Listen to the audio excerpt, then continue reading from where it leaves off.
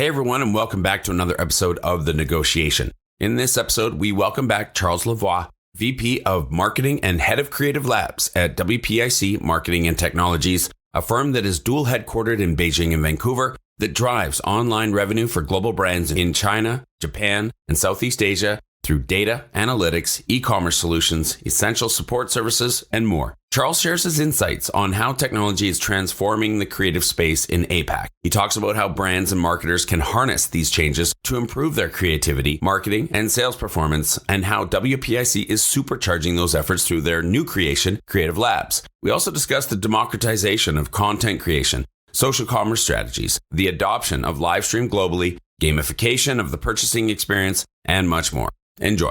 Consumers in China are extremely demanding. And when it says demanding is they're really not only buying products anymore, they're really looking as a shopping journey, as a experience, almost as entertainment, right? So if you only put a product out there without kind of the gamification factor around that product, it will lose interest. It will kind of lose itself. So we need to constantly kind of reinvent not only what we sell, but how we sell it, whether it's lucky draws, specific packaging, collaborations, contests. It kind of needs to always be a little bit gamified and always kind of an experience. So, there's been great concepts like blind box that arise in China because of that gamification around basically sales and product selling and e-commerce. So all of that makes it that, with the same product over and over, you need to really reinvent the way you're selling and telling that story over time to grab the consumer attention, because that's what they're expecting. Home to over 4 billion people, the Asia-Pacific region boasts one of the most powerful consumer markets on the planet.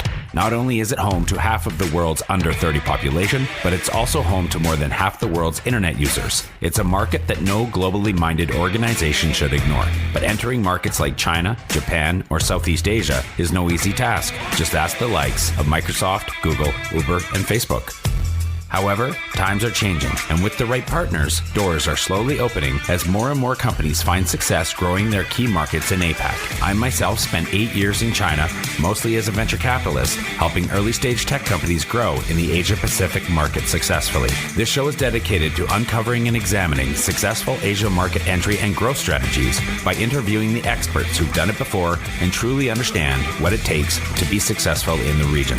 My name is Todd Embley, and welcome to The Negotiation, brought to you by WPIC Marketing and Technologies. Hey everybody, welcome back to another episode of The Negotiation. My name is Todd Embley, and I am your host, and I'm pleased to be joined by Charles Lavoie, VP of Creative at WPIC and the head of WPIC Creative Labs. Charles, welcome to the show. Thank you, Todd. Good to see you again with the camera this time. Good to be back on the show. I said welcome to the show. I maybe should have said welcome back to the show because we've had you on before, and we're going to get to that in a minute. But first, tell everybody, where in the world are you that you're recording from today? I'm in Quebec. Quebec is my home. I'm east coast of Canada. So yeah, just at home here. Now, okay, Quebec is a pretty big province, bigger than most European countries, I'd say. Where in Quebec are you? I'm near downtown Quebec City. So so Quebec City. It's Quebec, for those who don't know, it's like New York. Quebec City, Quebec. All right, excellent. Thank you. Now, for those who might have missed that first episode that you were on that I mentioned, tell everybody who are you and what is the work that you do? Yeah, so I'm Charles, and I've been basically working in China, Asia for most of the last 10 years, physically since 2010 to 2020, and then mostly remotely over the last 2 years. So what I've been doing was, over the last 10 years, basically growing and building brands in China, working on kind of some of my own brands, own projects, and consulting for well over 150 brands across portfolio and industry, kind of half and half with global brands and Chinese brands on everything: branding, creative, content production, marketing, brand localization. So that's been my background. And then 2 years ago, I joined WPIC as the company was ramping up on the creative services offered by the company to kind of build and grow what we call now the creative labs at WPIC. Right. And that was in large part due to the fact that you were on the podcast. I'm pretty sure that it was because of the podcast that all of this came to be with WPIC. I'm just kidding. Okay, forget it. I'm just messing with you. That was a big reason. Big right? Part of it. Yeah, sure. I tell you, people come on this show and it launches their careers. It's a great platform. Now you're going to be announcing a new evolution in Creative Labs. So please tell us a little bit about that. Unveil it for us here. Yeah, and really when we last spoke, I was just starting, and over the last 2 years, we've really grown, not only in terms of headcounts to like now 65 people just as part of the unit, but really in terms of skills and expertise. And one of the challenge being kind of a unit creative agency within a bigger organization was really about showcasing our work and really bringing kind of all the work that we do in the big black box of China, Asia, and kind of making kind of our partners here on the other side of the world or in Canada, US, Europe, that we actually provide these services. So what this evolution is actually kind of a continuity, but more of a rebranding, right? To try to bring more shine towards all of the case study, all of the campaign that we've been working on. And really, if we talk about what is the Creative Labs and what it's become, and the way I kind of most simply put it is an extension of the marketing teams of our brand partners, right? So the way we've designed it is really to be able to cover 100% of the marketing needs that a brand might have in China and now in Asia. So it usually starts with branding, creative strategy type of work, and then evolve into advertising, PR, media planning, and then goes to social media management, evolving to social commerce, and finally kind of everything production in studio format, content production, photography, video production, live stream production. So these are kind of the 4 key components that bring together, and these are organized and industry specific. So it covers pretty large, but ultimately what we're able to do is to really cover, all the scope of a brand that has no team in Asia, be able to work with us and deliver on great marketing plans. Awesome. Okay. Last time you were on the podcast, we had a brief discussion on the importance of creative work in Asia, right? So I'm wondering if you can just refresh our memories. I'm going to ask you again, why is it important for organizations who want to be successful in the region to really understand and work hard on their creative for that APAC region? I think because I'm speaking mostly here to global brands, right? Western brands, and creativity is important for all brands in the region. One of the reality of Western brands arriving to Asia or China is that they arrive usually at a premium positioning, premium pricing level, right? Often their marketing budgets are more limited than some of the brands they're competing with. So really, when you're trying to position kind of higher premium positioning with lower marketing budget, that when creativity is really needed. The other big point is, and I'm going to focus on China for the rest of that answer, is that consumers in China are extremely demanding. And when it says demanding, is they're really not only buying products anymore, they're really looking as a shopping journey, as a experience, almost as entertainment, right? So if you only put a product out there without kind of the gamification factor around that product, it will lose interest. It will kind of lose itself. So we need to constantly kind of reinvent not only what we sell, but how we sell it, whether it's lucky draw, specific packaging, collaborations, contests, you name it. It kind of needs to always be a little bit gamified and always kind of an experience. So, there's been great concepts like blind box that kind of arise in China because of that gamification around basically sales and product selling and e-commerce. So all of that makes it that, with the same product over and over, you need to really reinvent the way you're selling and telling that story over time to grab the consumer attention, because that's what they're expecting, really. Yeah, 100%. And it's been a while since we asked you that the first time, and I can't remember how we described it before and juxtapose that with how you're describing it now. But could I ask you, how might your thesis on the importance of creative work in Asia changed since the last time we spoke? Yeah, and I think since the last time we spoke, like 2 years ago, we covered when we talked quite a bit about having creativity in house versus KOL collaborations and so on, right? So I think that's a point that's definitely continued to be true, and even gain an importance in the sense that with the whole KOL economy, with brands having basically the traditional KOL collaboration has been kind of, I'm going to be very transactional. I'm going to pay you that amount of money. I'm going to see your products. You're going to talk about it, right? And that's over the past few years with all kind of the economy around D2C brand realizing that they needed to be profitable, that the retention customer after a KOL was talking about their products was not that high, has really made brands and the brands we work with, more disciplined on how they can keep the creativity in house. So really, what's been the most successful campaign that we've worked with was kind of co-creation, right? So inviting KOLs, influencers, still working with them, they're still very much important, but inviting them to be part of contests that you're creating. You're creating a certain topic. You're creating, inviting people to participate to create a new recipe for a new food and beverage product. You can invite KOL, you can invite their community. So make them come part of a campaign that you're planning. So ultimately you can have more retention and you can have more direct engagement after that campaign is over. So I think that's something that continued to evolve in that directions where, we're seeing less and less of that transactional one-time KOL collaboration and more of that, brand leveraging creativity, inviting their network, inviting their community of KOL to participate, and then ultimately retaining more of that community over the time.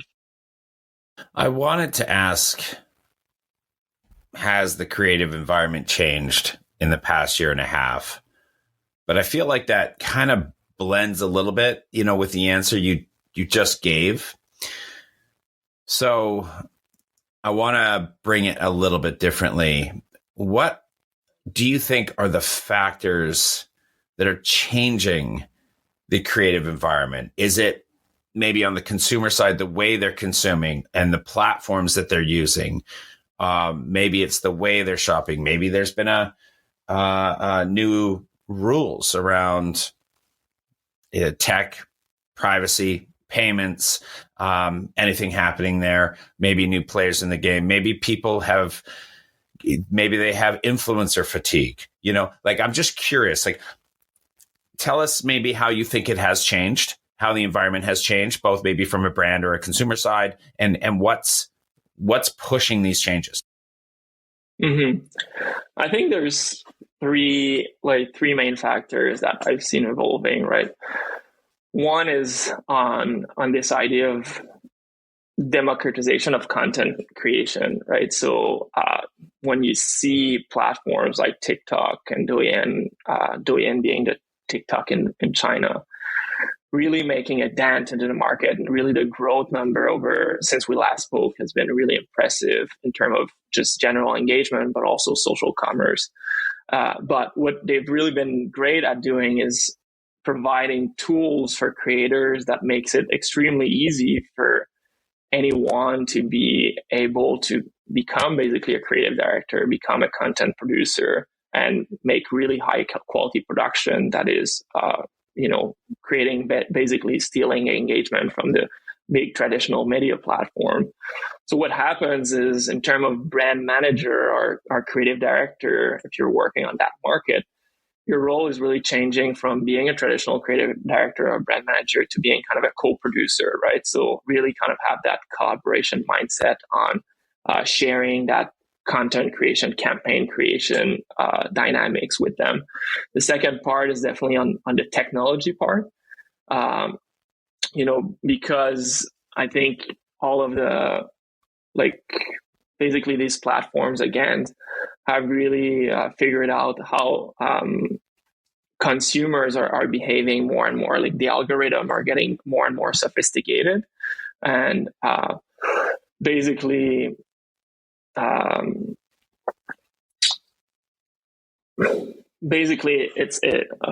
gonna try to summarize that in term of format, how people are spending their time, right? So I think 600 million people in China are spending like more than 2 hours a day on Douyin, or like the equivalent of Youku. So really that video format, video experience, whether it's recorded video or live stream, really became massive, the engagement, like the consumption of content.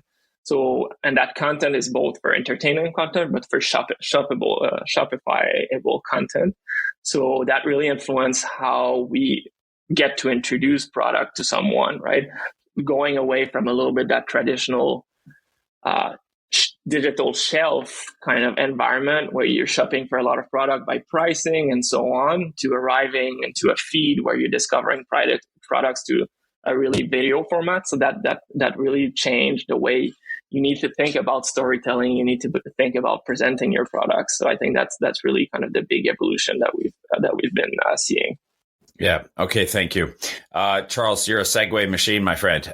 You are leading me into my questions brilliantly right now. This was not scripted either, but, I wanted to move on to talking about how, and asking you about what's happening in the different markets in Asia in the retail space. Now, we hear a lot of chatter about the rise of Douyin as a creative platform, really, and it is structured differently, right? If what you want to do on Douyin, it's giving people a lot, I think, a lot more room to run with their creative juices than maybe some of the other platforms, which is why people are kind of leaning on it more and more. Can you share a little bit about what's going on with the rise of Douyin and how it's impacting social commerce? Yeah, and I think to go back to the point I was trying to say, and one of the analogy I'm trying to use often is like, if we compare it to what we know for many, many years, right? Offline shopping.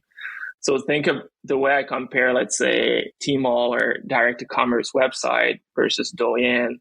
Let's say you enter into a store and you have shelf space with a ton of products, right? They will be presented to you in the same environment. You might have small description, but you're ultimately kind of doing that product discovery by areas. If you go to the cosmetic section, you will see a lot of cosmetic, and then you might touch and feel the products. So that's how kind of digital shelf, traditional e-commerce work.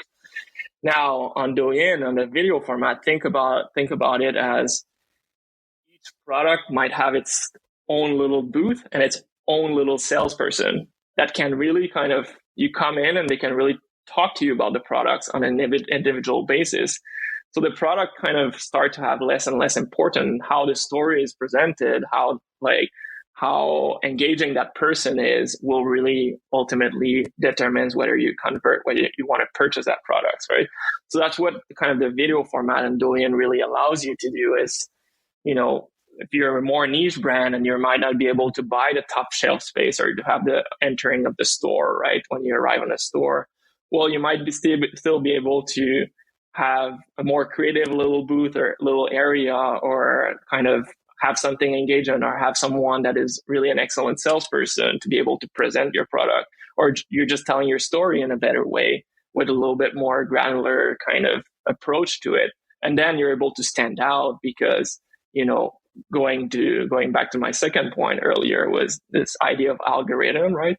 Where on traditional digital shelf, you're kind of bidding a lot on space, on keyword, right? There's some algorithm that will recommend products to you, but Douyin is much more focused still on organic recommendations. So that's what has made them successful, and why people are spending a lot of time. They're really good at pushing content, whether it's commercial content or just entertainment content that is interesting to you. So if as a brand, you're able to figure out whether through your own content or through KOL collaboration, how to get on that feed, how to create that like 2-3 seconds initial interaction that translates into a 30-second story or into a 5-minute story, then you're able to kind of convert them. You're able to really tell like your full story and educate the consumer about the product in a format that is really more difficult when you just have static images, text, and just that more kind of widespread of like having a 10,000 choice on the shelf, right?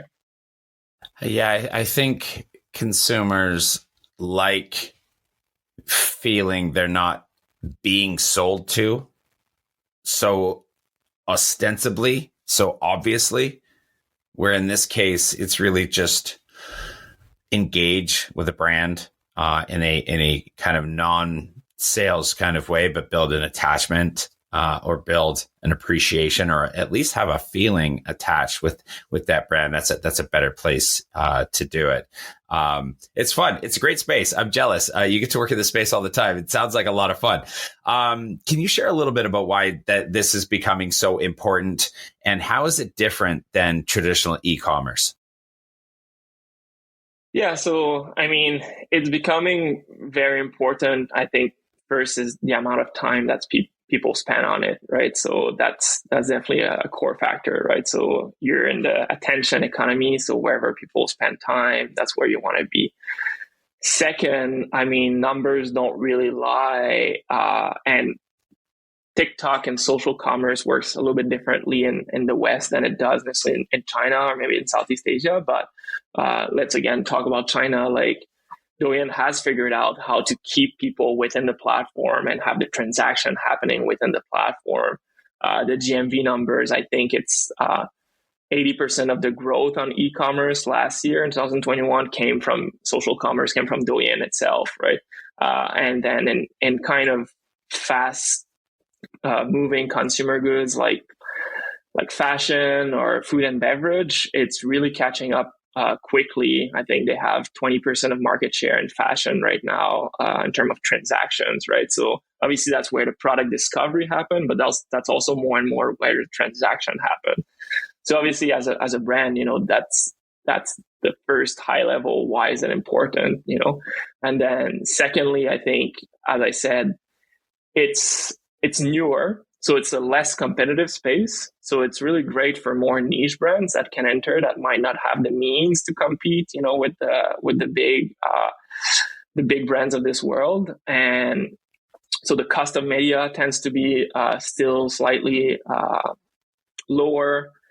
The power of creativity, power of storytelling is still a little bit higher. So all of these factors make it kind of a timing reason. For timing reasons, it's a good place to enter now, while it's still a relatively new concept.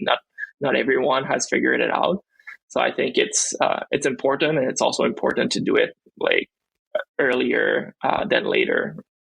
Okay, so I wanted to ask next: how can brands take advantage? Is that part of is kind of being an early adopter, an early entrant, and understanding this? Like having people like you on the team who know where things are going before they're, before it's full red ocean and just extremely saturated, is really, really beneficial. So again, back to the question, how can brands take advantage of this? Yeah, so I mean, tactically, right, there is like the toolbox is pretty wide, but I think it goes through getting on there. It's good video content creation. So short video, it doesn't have to be high production, but something that tells a story about your product in a good way, right? Collaborations with KOL is important as well. They own a lot of the traffic. So co-creation with KOLs, understanding their styles and like understanding your products and the audience, and then kind of casting the right KOLs. That's important to get on there. For China and a lot of Asia, live streaming is becoming a big part, right? So I think there's statistics, because I was talking to Douyin team last week.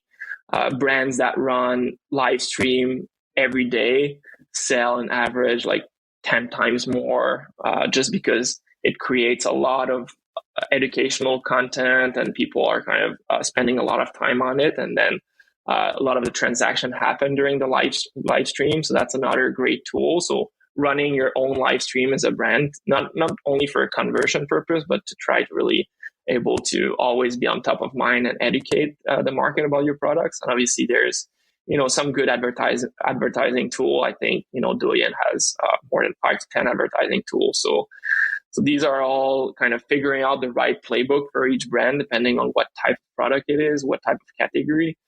Comes down to really like a professional marketing advice, but these are usually kind of the tool in the box that we can leverage in the Douyin, TikTok, and kind of general social commerce environment.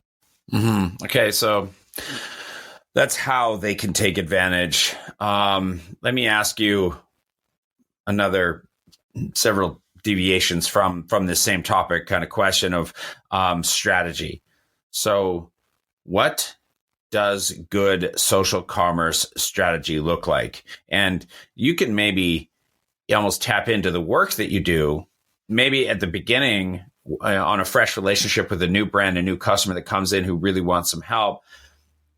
This is probably one of the first things that you're helping them understand. You'll probably give them a lay of the land and, this is kind of what to expect, take away the sticker shock. And then let's dive into what a good social commerce strategy looks like before buying equipment, hiring KOLs, any of that kind of stuff. The strategy has to be pretty strong, I would imagine. So what does a good strategy look like? Well, ultimately, I don't think the social commerce strategy is very different from a general marketing strategy, but I think you really, really need to own in, as I said, like niche, like consumers. The people spending time on Douyin are being recommended, or on other social channel are being recommended by the algorithm content that they like, right? So from that, you really need to understand, and your consumer persona and what type of content what type of content they might be interested in. And you can work actually, with the Douyin team, with agency to back this up with data and so on. But really defining, if you're a product, you might have actually like, I'm targeting Chinese female 25, 35-year-old, right? So that's often what we see in marketing plan that are living in first tier city, right? But like ultimately that's a demographic that encapsulate 200 million people, that you have psychographic that are very, very niche within this. And you need to understand, okay, what are the 20 niche that might be my actual consumer targets? Among that, like, which are the one I want to prioritize? And then you understand that, and then you craft your story, and then you develop video creation, and you select your KOLs based on that focus, based on that customer persona that you want to go after first, right? You might also do some testing, but I think it's overall, if I can summarize that, it's about being much more disciplined and granular about understanding like the daily behavior and daily interests of your consumer persona, and then crafting the content, crafting the story for each individual's behavior. And you can do that pretty cost effectively together with KOLs or with kind of different video feeds that you target with different advertising tools to different audience and so on. You cannot really have a good, necessarily one size fit all kind of storytelling in that ecosystem. Does budget start to come into those strategy discussions early on of what it might take or what they need to commit to, as well as regularity, like the rhythm? Like you said, if you're every day, you're getting 10x the volume of sales versus, I don't even know what that would be, versus like once every few days. The drop off is drastic, right? So does this also, like when so demographic, choose a point, take some hero products. Let's start with them. Maybe let's not go after our lowest hanging fruit and our where we really want to go all in, but we need to beta test some of the strategies and see what works. So let's hit some of these, secondary customer segments first, just so that we can trial. Does all of this come into it too? Yeah, I mean, economically, certainly, like if we compare to setting up a traditional e-commerce store or even a website, right? These are infrastructure that have fixed costs that are pretty high, right? So traditional e-commerce platforms have expectations in terms of resourcing and so on. So starting with social commerce typically allows you to really dip your feet into the water and do a little bit more of a test and learn approach at a lot more lean, a lot more approach, right? As I said, I mean, the example of having the full kind of daily live stream, that might be like your goal, like, a year down the road, 2 years down the road, but you can start with just, a niche focused target audience, one or two video feed and your feed per week or per month, and then running a few ads, and then having a couple of KOL collaborations, right, for the first few months. And then you can have a good conversion based on that. And then compare, what type of content, what type of niche do I get the best conversion? And then really kind of after that, craft your like 6 months to 12 months and then 3-year strategy, which a lot more confidence, and make your investment into the traditional e-commerce space as well, with a lot more confidence and a lot more knowledge about the market by having tested on social commerce first. Mm-hmm. All right, let's expand let's zoom out for a bit and look at some of the other markets. Do you see these type of channel shifts happening in other markets outside of China? Well, I think, for sure, social commerce, people are spending more time on social. So it's happening across the globe. I think the region that is closer to China is probably Southeast Asia. A couple of reasons behind that. We also have a younger target, like a younger demographic across the region in general. So people are, following a lot of like the trends that are happening in China. I think by not following the trends, but if I can rephrase that, is like the technology is often coming a lot from China, with Lazada being strong in Southeast Asia, with TikTok making big push in Southeast Asia. So, that's making the environment, pushing live stream and the adoption of consumer like live stream, time spent on TikTok. These are things that we see in Southeast Asia, and that kind of gamification of the purchasing experience as well.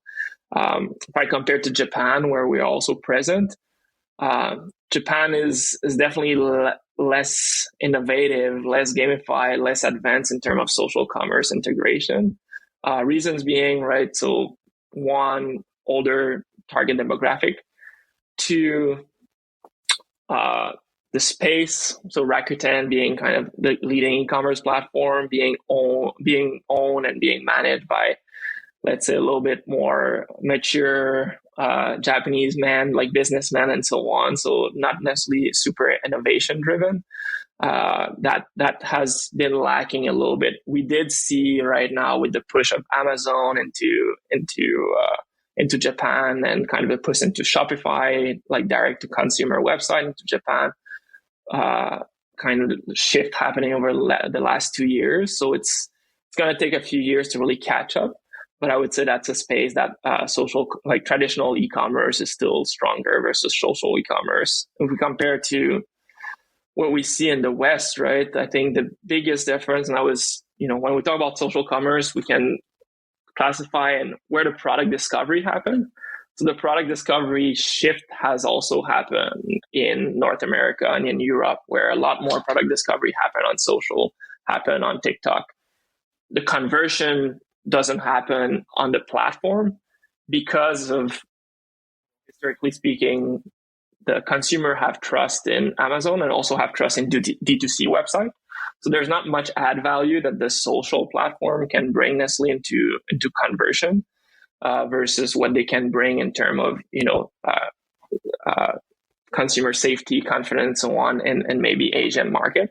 So the transactions still happen often on website or on Amazon, but the product discovery, which to me is probably, as a marketer, the most important, right? Where you discover the product, where you discover the story, happening a lot on social commerce. So we've seen kind of media budget shift, even search to an extent, right? Search, really in China, search has always happened on social. Search now is happening much more on Douyin. So people searching for recommendations, just keyword search, and there's great tools. So right now, right, I was reading data from a couple of weeks ago that search on Douyin has now surpassed search on Google, right, for Gen Z in the US. So that just gives you like the power. People are searching more for anything that they're interested in, whether it's restaurants, whether it's something around them, and so on, services and products. on TikTok versus Google. Growing a company is hard. Doing it in a foreign market, exponentially so. The best piece of advice I can give you is not to do it alone. When you start looking at the Asia Pacific region for further expansion possibilities, and I sincerely hope you do, make sure you choose the right partners to do it with. My good friends at WPIC Marketing and Technologies have almost 20 years of experience helping brands, just like yours, enter China, Japan, and Southeast Asia. I hope you enjoyed this episode of The Negotiation, and if you're interested in being a guest or want to connect with me or any of our team, please reach out to us at podcast@wpic.co, and be sure to rate, comment, and subscribe wherever you get your podcasts.